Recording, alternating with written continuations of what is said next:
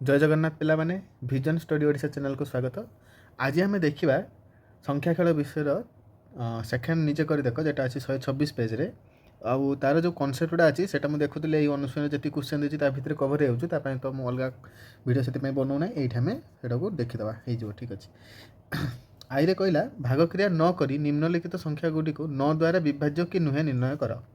तो 9 द्वारा विभाज्य कि नुहे से जाना केमती ना आम पाखर गोटे सूत्र अच्छी बही देखिए पे धर से कहला 123 कहला तो आम सब संख्या गुड़ा जग करदे अंक गुड़ा को जदि से अंकटा है जदि 9 द्वारा से विभाज्य होता 9 द्वारा विभाज्य के अच्छी 3 4 5 को 6 6टा 9 द्वारा विभाज्य नुहे तो 123 9 द्वारा विभाज्य नुहे तो यहाँ केमती लिखा देख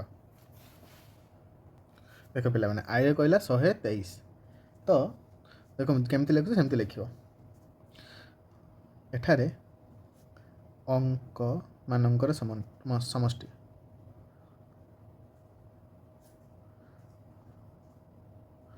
केते ना 1 + 2 + 3 = 6 जहाँकि 6टी मैंने 6 कथा कहूँ जहाँकि 9 द्वारा विभाज्य नुहे तेणु 123 संख्याटी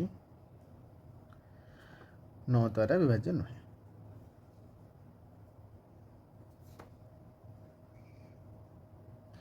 सेपरी आउ सबुड़ा करिया एटा आई गला 2i कौन कहला 405 सेमती करिया एठारे अंक मानकर समष्टि केते 4 + 0 + 5 9 9टे 9 द्वारा विभाज्य आम लिखा जहाँकि 9 द्वारा विभाज्य तेणु 405 संख्याटी 9 द्वारा विभाज्य।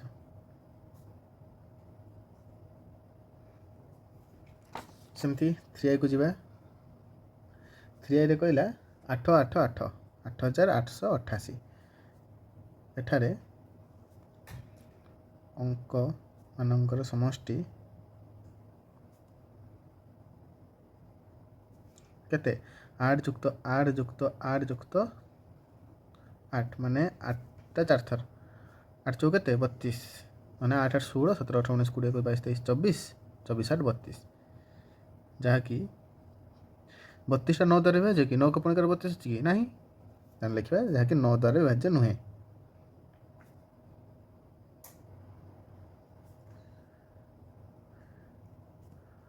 तेणु 8 8 8 8 संख्याटी 9 द्वारा विभाज्य नुहे।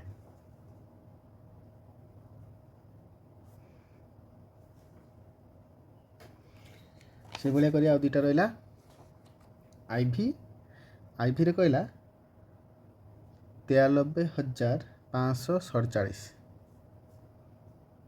से भाया करिया एठारे अंक मानक समष्टि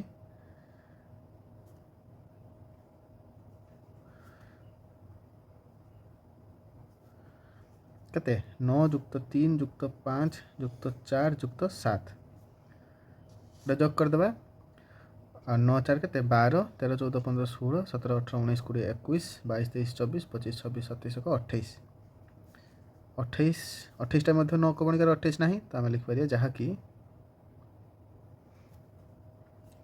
9 द्वारा विभाज्य नुहे।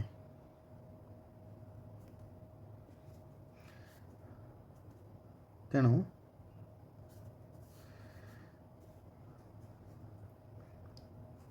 9 3 5 4 7 संख्याटी 9 द्वारा विभाज्य नुहे।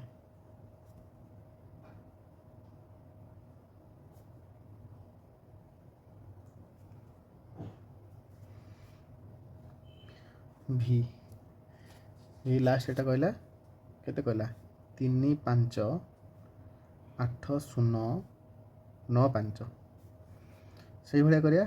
ଏଠାରେ ଅଙ୍କ ମାନଙ୍କର ସମଷ୍ଟି 3 + 5 + 8 + 0 + 9 + 5 ତାହେଲେ କେତେ ହେଇଗଲା? 5 5 10 9 19 20 21 22 23 24 25 26 27 28 29 30 ଟି ମଧ୍ୟ 9 ଦ୍ୱାରା ବିଭାଜ୍ୟ ନୁହେଁ, ଯାହାକି 9 ଦ୍ୱାରା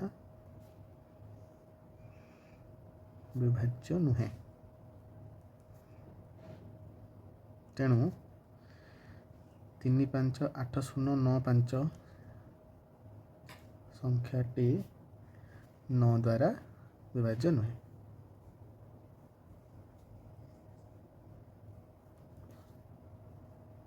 चलो पिलाने आम 2 नंबर को जीवा। 2 नंबर क्वेश्चन कौन कहला टिके आमको भल भाव में बुझा पड़ो। 2 नंबर क्वेश्चन कहला अजुग्म संख्या न थिबा सॉरी अजुग्म अंक न थिबा 9 रो क्षुद्रतम गुणितक निर्णय कर। तामाने गोटे एमती संख्या काढ़ा जोटा कि 9 द्वारा विभाज्य होउथबो आ सेठी अजुग्म संख्या नथिबो। देखो पिला माने आगे टिके रफ रेटा कर दबा। तो एटी टिके भल से लक्ष्य करियो। देखो मुझे कहूँ टे भलसे लक्ष्य कर। तो आम जाने अंक मानकर समष्टि भी 9 द्वारा विभाज्य होते जा सेटा जे अंकटा आम नवा सेटा 9 द्वारा केते विभाज्य हो जो तार अंक मानकर समष्टि भी 9 द्वारा विभाज्य हो। तो 9 रो गुणितक माने किए किए 9 18 27 36 एमती बढ़ी बढ़ी जीव। तो ये गोटे कथा लक्ष्य कर 9 तो निजे गोटे अजुग्म संख्या 9 निजे गोटे अजुग्म संख्या। तो आपको आम कौन दुईटा जुग्म संख्या कि 3टा जुग्म संख्या एड करके 9 आनीपर कि देख मुझे लिखुचु 4 + 5 देख 5 गोटे अजुग्म संख्या आसीगला। तो 9 केस आम करें कौन 9 कहीं 9 निजे गोटे अजुग्म संख्या। तो आम 18 को धरिया कारण 18 ही सब स्मॉलेस्ट जुग्म संख्या जेटा मिसिकी माने अंक मान समष्टि मिसिकी 18 होतबो। ताहले एबे आम देखिया माने 18 आंसर नुहे पिला माने 18 को आम कौन पाइन 18 गोटे निजे जुग्म संख्या हो पाए कि 18 अंक गोटे अच्छे ना 1 से कहला अंक माने कहला ना अंक माने अजुग्म हो न थे 18 एकटा अजुग्म ना।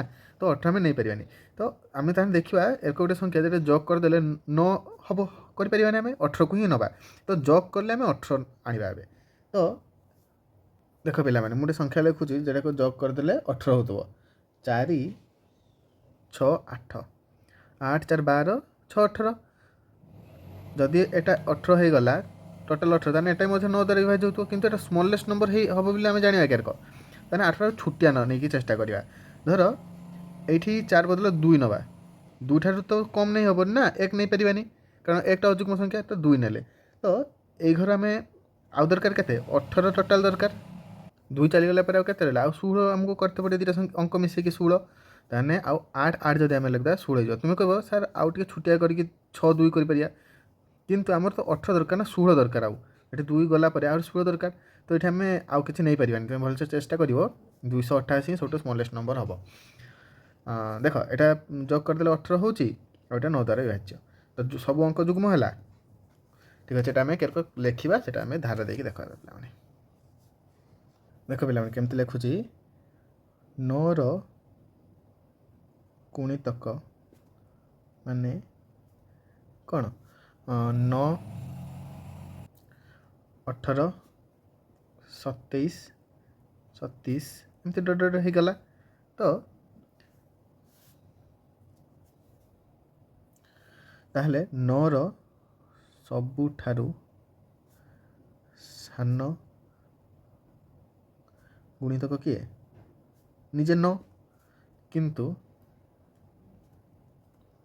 यह अजुग्म संख्या।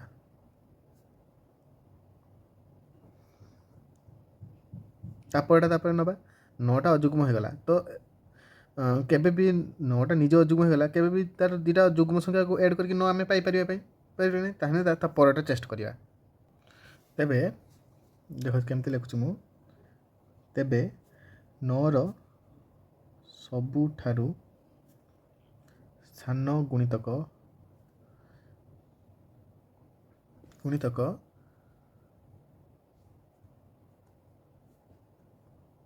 ରେ ଅଙ୍କ ମାନଙ୍କର ସମଷ୍ଟି 18 ହେବ। ବୁଝିପାରିଲ ନା କ'ଣ ଲେଖିଲି? 9ର ସବୁଠାରୁ ସାନ ଗୁଣିତକ যেটা ଆମେ କାଢ଼ିତେ ଚାହୁଁଛେ, ଯୁଗ୍ମ ଗୁଣିତକ ମଧ୍ୟ, ଏଠି ଯୁଗ୍ମ ଲେଖିଥିଲେ ଭଲ ହେଇଥାନ୍ତା। ସାନ ଯୁଗ୍ମ ଗୁଣିତକରେ ଅଙ୍କମାନଙ୍କର ସମଷ୍ଟି କେତେ ହେଇଥାଏ? 18, କାରଣ 18 ନିଜେ ଗୋଟେ ଯୁଗ୍ମ ସଂଖ୍ୟା। 18 କିନ୍ତୁ ସାନ ଗୁଣିତକ ନୁହେଁ, କାରଣ 18 ଏକ ଗୋଟେ ଅଯୁଗ୍ମ ସଂଖ୍ୟା ରହିଛି। ତ ଏବେ ଆମେ ସାନ ଗୁଣିତକଟାକୁ କାଢ଼ିବା। ତେଣୁ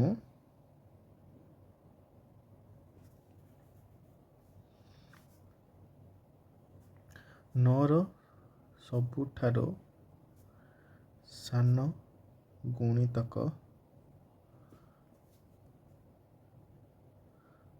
ଯେଉଁଥିରେ ଅଯୁଗ୍ମ ସଂଖ୍ୟା ନାହିଁ କେତେ ହେବ? 288। ଦେଖନ୍ତୁ, ତେଣୁ 9ର ସବୁଠାରୁ ସାନ ଗୁଣିତକ ଯେଉଁଥିରେ ଅଯୁଗ୍ମ ସଂଖ୍ୟା ନାହିଁ 288 ହେବ।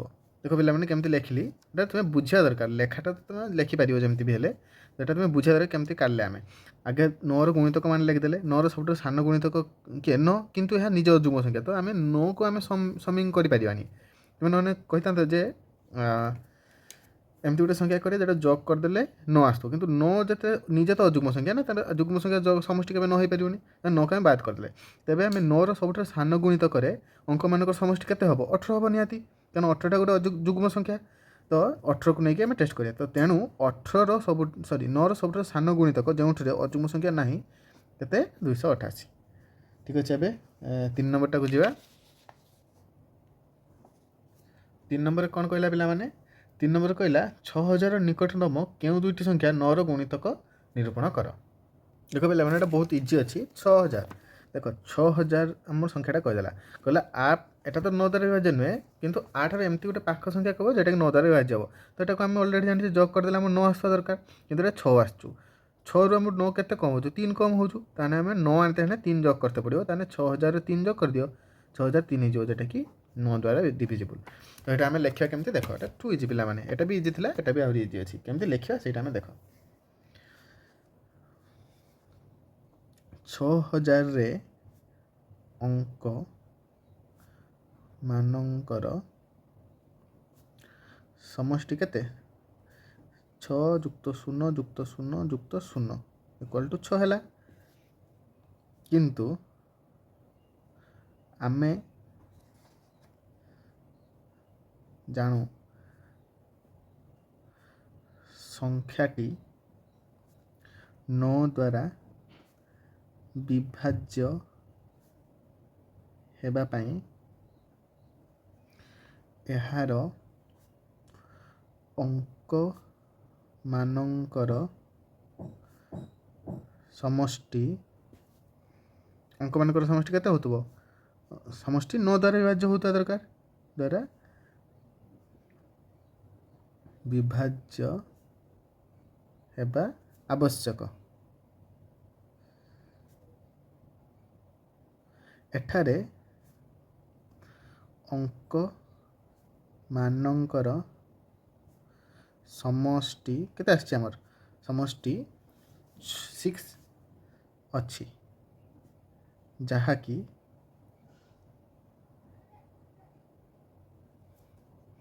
9 ଠାରୁ 9 କ'ଣ ପାଇଁ ନାହିଁ? 9ଟା ହେଉଛି 9 ଦ୍ୱାରା ବିଭାଜ୍ୟ, ନିକଟସ୍ଥ, ସବୁଠାରୁ କ୍ଲୋଜେଷ୍ଟ। 9 ଠାରୁ କେତେ କମ୍? 9 ମାଇନସ୍ 6 ଯେ 3 କମ୍। ତେଣୁ ଆମେ ସଂଖ୍ୟାରେ 6000 ସଂଖ୍ୟାରେ 3 ଯୋଗ କଲେ ଯୋଗଫଳ 9 ଦ୍ୱାରା ବିଭାଜ୍ୟ ହେବ। ଦେଖିଦେବା ଥରେ। 6000 ପ୍ଲସ୍ 3 ଯେ କେତେ? 6003। ତ 6003ରେ ଅଙ୍କମାନଙ୍କର ସମଷ୍ଟି କରିଦିଅ 9 ହେଉଛି, ଯେଉଁଟାକି 9 ଦ୍ୱାରା ବିଭାଜ୍ୟ ହେଇଯିବ। ତେଣୁ ଏହା 9 ଦ୍ୱାରା ବିଭାଜ୍ୟ। क्वेश्चन कौन कहला ना ଏତିକି ନିକଟତମ କେଉଁ ଦୁଇଟି ସଂଖ୍ୟା କହିଛି କେଉଁ ଦୁଇଟି ସଂଖ୍ୟା 9ର ଗୁଣିତକ 6000 ନିକଟତମ କେଉଁ ଦୁଇଟି ସଂଖ୍ୟା 9ର ଗୁଣିତକ ନିରୂପଣ କର। ଠିକ୍ ଅଛି, ଏଇଟା ଗୋଟେ ସଂଖ୍ୟା ବାହାରିଗଲା। ଆଉ ଗୋଟେ ସଂଖ୍ୟା ତା ତଳ ସଂଖ୍ୟାଟା ନେଇତେ ପଡ଼ିବ ଆମକୁ। ଦେଖ ପିଲାମାନେ ଏଇଠି ବଢ଼ିଆରେ କ'ଣ ହେବ, ଦେଖ 6003ଟା 9ର ଗୁଣିତକ। ତ ଆମେ 6003 ପରେ 6000 ତା ପର ସଂଖ୍ୟାଟା ନେଇପାରିବା ନା, କାରଣ 6000 ନିକଟତମ କହିଛି। ତାହେଲେ ଗୋଟେ ଉପର ସଂଖ୍ୟା ନେବା, ଗୋଟେ ତଳ ସଂଖ୍ୟା ନେବା। ତଳ ସଂଖ୍ୟା ମାନେ ବୁଝୁଛ ନା 5000 ସମଥିଙ୍ଗ ହେବ, 5900 ସମଥିଙ୍ଗ ହେବ। ତ କେମିତି କାଢ଼ିବା ଦେଖ, ଭଲସେ ଦେଖ। ଯେତେବେଳେ 9 ପାଇଁ ଆମେ ଲେଖୁଛେ ତ 36ଟା ଆମେ ଜାଣିଛେ 9 ଦ୍ୱାରା ବିଭାଜ୍ୟ। 36ର ପୂର୍ବ ସଂଖ୍ୟା କେତେ ହେଇଥିବ? 36ର ପୂର୍ବ ସଂଖ୍ୟା କେତେ ହେଇଥିବ ଯେଉଁଟାକି 9 ଦ୍ୱାରା ବିଭାଜ୍ୟ ହେଇଥିବ? 9 ପଣିକାର ପିଲାମାନେ ଡାକ। ତ 27ଟା ହେଇଥିବ, କାରଣ ଯେଟା 9 କେ 9 9 8 9 3 27 9 4 36। ତ ତାହେଲେ ଆମେ 9 କମ୍। ତାହେଲେ ଏଇଭଳିଆ ଆମେ ଯଦି 6003ଟା 9 ଦ୍ୱାରା ବିଭାଜ୍ୟ ହେଉଛୁ, ତାହେଲେ ତା ପୂର୍ବ ସଂଖ୍ୟା ଯେଟାକି 9 ଦ୍ୱାରା ବିଭାଜ୍ୟ କେତେ କମ୍ ହେଇଥିବ? ଏଠାରୁ 9 କମ୍ ହେଇଥିବ। ତାହେଲେ ଆମେ ସେଇଟା ଲେଖିବା। ଅନ୍ୟ ସଂଖ୍ୟାଟି 6003 ମାଇନସ୍ 9। 9 କ'ଣ ପାଇଁ କରୁଛୁ ନା, ଯେତେବେଳେ 36 ବେଳେ ଆମେ 9 ବିୟୋଗ କରିକି 27କୁ ଆସିପାରିବା, ସେମିତି ଆ ପୂର୍ବ ବିଭାଜ୍ୟ କେତେ ରହୁଥିବ? 6003ଟା ଯଦି ବିଭାଜ୍ୟ ହେଉଛି, ତା ପୂର୍ବ ବିଭାଜ୍ୟତା କେତେରେ ହେଉଥିବ? 9 କମ୍ କରିଦେଲେ ଆସିଯିବ। ତାହେଲେ ବିୟୋଗ କରିଦେବା ପିଲାମାନେ, କେତେ ହେବ? 5994। ଦେଖ 5994କୁ ଆଡ଼୍ କରିଦିଅ, ଅଙ୍କମାନଙ୍କର ସମଷ୍ଟି କରିଦିଅ। 9 9 18 19 20 21 22 23 24 25 26 27। 27ଟା 9 ଦ୍ୱାରା ବିଭାଜ୍ୟ। ତାହେଲେ ଅତଏବ 6000ର ନିକଟତମ ଦୁଇଟି ସଂଖ୍ୟା ଯାହା 9 ଦ୍ୱାରା ବିଭାଜ୍ୟ କିଏ? 6003 ଏବଂ 5994। ঠিক ଅଛି ପିଲାମାନେ, ବାହାରିଗଲା ଆମର ଦୁଇଟା ସଂଖ୍ୟା। ଯେମିତି ଲେଖିଛି ସେମିତି ଲେଖିବ, ପୁରା ଠିକ୍ ହେବ, କିଛି ଅସୁବିଧା ନାହିଁ। ଆଉ ଗୋଟେ କଥା ମନେ ରଖିବ, ତୁମେ କହିବ 6003 ତା ପର ସଂଖ୍ୟାଟା ଆମେ ଆଡ଼୍ କରିକି ବି ମଧ୍ୟ କାଢ଼ିପାରିବା। ଯଦି 6003ଟା ବିଭାଜ୍ୟ, ତାହେଲେ 6012ଟା ବି ବିଭାଜ୍ୟ ହେବ ନା। କିନ୍ତୁ 6012ଟା କ୍ଲୋଜେଷ୍ଟ ନମ୍ବର କି 6000 ଠାରୁ? 6000ର କ୍ଲୋଜେଷ୍ଟ ନମ୍ବର ଗୋଟେ କିଏ? ସବୁଠାରୁ ନିକଟତମ 6003, ଆଉ ଗୋଟେ ତା ପୂର୍ବ ସଂଖ୍ୟାଟା ହେଇଥିବ ଯେଟାକି ଏଇଟା। 6012ଟା ତା କ୍ଲୋଜେଷ୍ଟ ହେବନି। 6012ଟା ବିଭାଜ୍ୟ ହେଇପାରେ କିନ୍ତୁ କ୍ଲୋଜେଷ୍ଟ ନୁହେଁ। ଠିକ୍ ଅଛି ପିଲାମାନେ, 3 ନମ୍ବର ସରିଲା। ଏବେ 4 ନମ୍ବର ଯିବା। ପିଲାମାନେ ଦେଖ, ମୁଁ ତୁମ ନାଇଁ କେତେ କଷ୍ଟ କରିକି ଭିଡ଼ିଓ ବନାଉଛି। ତୁମେମାନେ ଯଦି ଚ୍ୟାନେଲକୁ ସବସ୍କ୍ରାଇବ୍ ନ କରୁଛ, ମୁଁ ଦେଖୁଥିଲି 85% ପିଲା ଭିଡ଼ିଓ ଦେଖୁଛ, ସବସ୍କ୍ରାଇବ୍ କରୁନ। ପିଲାମାନେ ଭିଡ଼ିଓକୁ ସବସ୍କ୍ରାଇବ୍ କର, ଲାଇକ୍ କର, କିଛି ଅସୁବିଧା ନାହିଁ। ତୁମର ତ ହାତରୁ ପଇସା ଯାଉନି ନା, ତୁମେ ସବସ୍କ୍ରାଇବ୍ କଲେ ଆମେ ମୋଟିଭେଟ୍ ହେବା। ଠିକ୍ ଅଛି, ଏବେ 4 ନମ୍ବରଟା କରିବା। କହିଲା କ'ଣ? 4300 ଏବଂ 4400 ମଧ୍ୟରେ 9ର କେତୋଟି ଗୁଣିତକ ଅଛନ୍ତି? ମାନେ ଏଇଟା ଟିକେ ଭଲସେ କରତେ ପଡ଼ିବ। ସେ କହିଲା 4300 ଆଉ କାହା ମଧ୍ୟରେ ନା 4400 ମଧ୍ୟରେ ଏମିତି ସଂଖ୍ୟା କାଢ଼ ଯେଉଁଟାକି 9 ଦ୍ୱାରା ବିଭାଜ୍ୟ ହେଇଥିବ। ଦେଖ 4300 ନିଜେ 9 ଦ୍ୱାରା ବିଭାଜ୍ୟ ନୁହେଁ, କି 4400 ନିଜେ 9 ଦ୍ୱାରା ବିଭାଜ୍ୟ ନୁହେଁ। ତେଣୁ ଆମକୁ ଆର ନିକଟତମ, ଠିକ୍ ଅଛି ପିଲାମାନେ, ଯଦି ଏକ୍ସଟର୍ନାଲ୍ ସାଉଣ୍ଡ ଟିକେ ଆସୁଛୁ ଟିକେ ଇଗ୍ନୋର କରିବା ଆଜି ପାଇଁ, କାଲି କଥା ଦେଖିବା। ହଉ, ଏଠାକୁ ଆମେ ଦେଖ 4300 ସଂଖ୍ୟାଟି ନିଜେ 9 ଦ୍ୱାରା ବିଭାଜ୍ୟ ନୁହେଁ ନା, ତ 4300ର ପରବର୍ତ୍ତୀ ସଂଖ୍ୟା ଆମକୁ କାଢ଼ିତେ ପଡ଼ିବ, କାରଣ 4300 4400 ମଧ୍ୟ କହିଛି ନା, ପୂର୍ବବର୍ତ୍ତୀ କାଢ଼ିଲେ ହେବନି। କିନ୍ତୁ ଏଇ କେସ୍ରେ ପୂର୍ବବର୍ତ୍ତୀ କାଢ଼ିତେ ପଡ଼ିବ, ପରବର୍ତ୍ତୀ କାଢ଼ିଲେ ହେବନି, କାରଣ ମଧ୍ୟବର୍ତ୍ତୀ କହିଛି ଆ ଭିତରେ। ତ ଆର ପରବର୍ତ୍ତୀ ସଂଖ୍ୟା କେଇଟା 9 ଦ୍ୱାରା ବିଭାଜ୍ୟ ହେଉଥିବ? 4 5 7। 7 ହେଉଛୁ, ଯୋଗ କଲାକୁ ଆମର 9 ଦରକାର, 8 9 2 ଦରକାର, ମାନେ 4 3 0 2। ଏଇ ସଂଖ୍ୟାଟି ଦେଖ 9 ଦ୍ୱାରା ବିଭାଜ୍ୟ ହେଉଥିବ। ସେମିତି ଏଇ ଯେ ସଂଖ୍ୟାଟା ଦେଇଛି, এটা ତ ନିଜେ ନୁହେଁ, ବିଭାଜ୍ୟ ନୁହେଁ, ତ ଏହାର ପରବର୍ତ୍ତୀ କାଢ଼ିଲେ ହେବନି, କିନ୍ତୁ ଆମେ ପରବର୍ତ୍ତୀ କାଢ଼ିକି ପୂର୍ବବର୍ତ୍ତୀ କାଢ଼ିବା। ତ ଏଇଟା 4 4 8 କରିନ, ତାହେଲେ 1 0 1, ଏଇଟା 9 ଦ୍ୱାରା ବିଭାଜ୍ୟ, କିନ୍ତୁ ଏଟାକୁ ଆମେ ନେଇପାରିବାନି କାରଣ ଆର ମଧ୍ୟବର୍ତ୍ତୀ କହିଛି ଆ ମଧ୍ୟରେ, ତ ଏଇଟା କିନ୍ତୁ ବାହାରେ ଆସିଯାଉଛି ନା। ତ ଏଠୁ ଆମେ 9 ବିୟୋଗ କରିଦେବା। 4 4 0 1ରେ 9 ବିୟୋଗ କଲେ କେତେ ହେଇଯିବ? 11ରୁ 9 ଗଲେ 2 9 3 4, ତ 4392 ସଂଖ୍ୟାଟି 9, ତାମାନେ ଏଇ ଭିତରେ ଆମକୁ ଏବେ କାଢ଼ିତେ ପଡ଼ିବ। ଏଟାକୁ ଇନକ୍ଲୁଡ଼ ନେବା, ଏଟାକୁ ଇନକ୍ଲୁଡ଼ ନେବା। ঠিক ଅଛି ପିଲାମାନେ, ଏଇଟା ଥରେ ଦେଖିଦିଅ। 4 5 7 8 9 9 18 ହେଲା, 9 ଦ୍ୱାରା ବିଭାଜ୍ୟ ହେଲା। ତ ଆର ଗୋଟେ ସୂତ୍ର ଅଛି। କ'ଣ ସୂତ୍ର ନା, এইটাରୁ ଏଇଟା ବିୟୋଗ করতে হবে ଆମକୁ। ତା ପାଇଁ କ'ଣ ସୂତ୍ର ଅଛି ନା, ଏଇଟା ଯେ ବଡ଼ ସଂଖ୍ୟାଟା ବାହାରିଛି যেটাকে ডিভিজিবল ହେଉଥିବ 4 3 9 3 9 2 ମାଇନସ୍ କେତେ ନା କ୍ଷୁଦ୍ରତମ ସଂଖ୍ୟାଟା 4 3 0 2।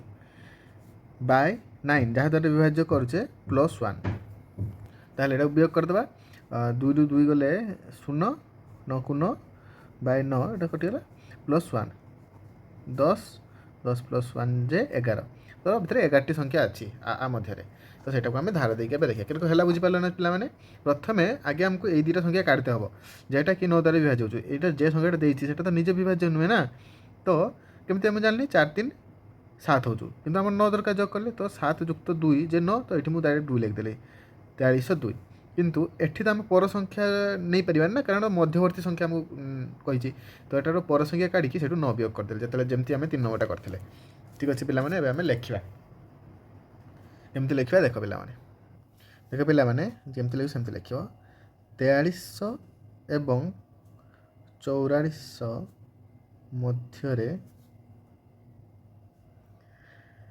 9 द्वारा विभाज्य संख्या गुड़िक हेले जमती लिख सेमती लिख किसी डर नहीं देख फास्ट संख्याटा मुझे कही ये 9 द्वारा विभाज्य नुहे तो आम रफ्रे से काढ़ी 4302 ये रफ्रे काढ़ी सेमती ये 9 जोग करदे पर संख्याटा बाहरी ताहले केते हो ये 9 जोग करदे 2 रे जोग करदे 4 3 1 1 9 10 11 तो एमती डट डट डट मारदेव सब तो काढ़ ना ना तुम पाखे एत टाइम कहीं लास्ट अंकटा खाली काढ़ीदेव यहाँ भी न काढ़ने चलता था प्रथमटा और लास्ट आम निहाती दरकार तो लास्ट केमती जमी मुझे काढ़ते कही काढ़ीदेव रफ्रे 4 3 9 2 आम बाहरी तो ये डट डट केटा अच्छी से गणिक लिखते अच्छे इनक्लूडिंग आकु से +1 गोटे कर सूत्र में बुझे पे तेज एक लिख मध्यवर्ती 9 गुणितक